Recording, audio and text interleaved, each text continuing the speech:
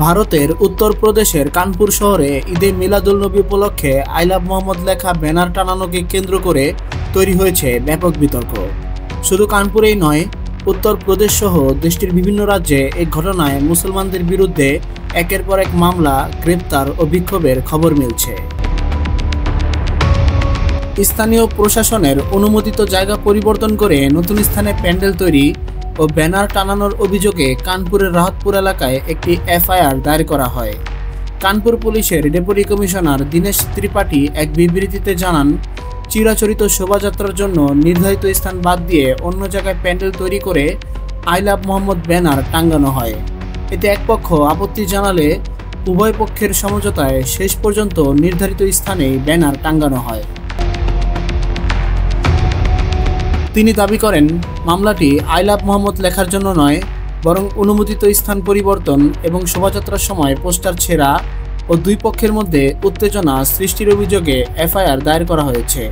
তবে এফআইআরে উল্লেখ করা হয়, মুসলিম সম্প্রদায় নতুন প্রথা চালুর চেষ্টা করেছে এবং শোভাযাত্রার সময় অন্য সম্প্রদায়ের ধর্মীয় পোস্টার ছিঁড়ে ফেলা হয়েছে। যদিও এই ঘটনায় কানপুরে এখন পর্যন্ত কাউকে গ্রেফতার করা হয়নি। কানপুরের ঘটনার পর রাজ্যের বিভিন্ন এলাকায় প্রতিবাদ ছড়িয়ে পড়ে। উত্তরাখণ্ডের কাশীপুরে রবিবার 22 সেপ্টেম্বর ব্যানার নিয়ে মিছিলে পুলিশের সঙ্গে ধস্তাধস্তির ঘটনায় 8 জনকে গ্রেপ্তার করা হয়। উত্তরপ্রদেশের উন্নাওতে একই ধরনের মিছিলের পর 5 জনকে গ্রেপ্তার করেছে পুলিশ।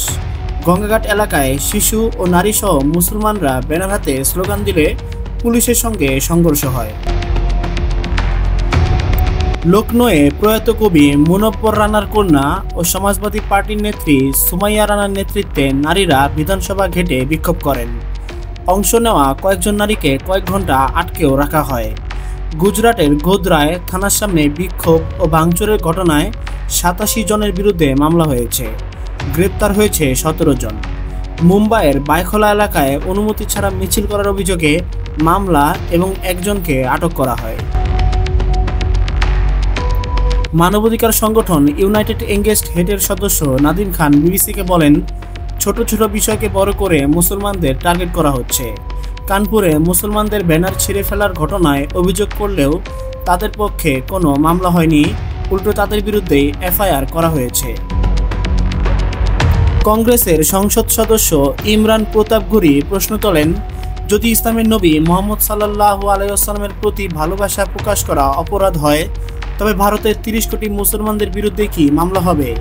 তিনি মুসলিম তরুণদের অনুমতি ছাড়া মিছিল না করার পরামর্শ দেন, যাতে তারা আইনগত ফাঁদে না পড়েন। এমন পরিস্থিতিতে সরকারও কঠিন ব্যবহার করছে। উত্তরপ্রদেশের মন্ত্রী ধর্মপাল সিং জানান, আইন ভঙ্গকারীদের বিরুদ্ধে কঠোর ব্যবস্থা নেওয়া হবে। বিজেপির রাজ্য মুখপাত্র রাকেশ ত্রিপাঠী বলেন, ধর্মীয় বিশ্বাসের ভিত্তিতে কাউকে টার্গেট করা হচ্ছে না, কিন্তু অনুমতি ছাড়া ব্যানার বা মিছিল হলে আইনি পদক্ষেপ নিতেই হবে। বিতর্কের পর সামাজিক মাধ্যমে বহু মুসলমান আই লাভ মোহাম্মদ লেখা ছবি প্রোফাইল ছবি হিসেবে ব্যবহার করছেন।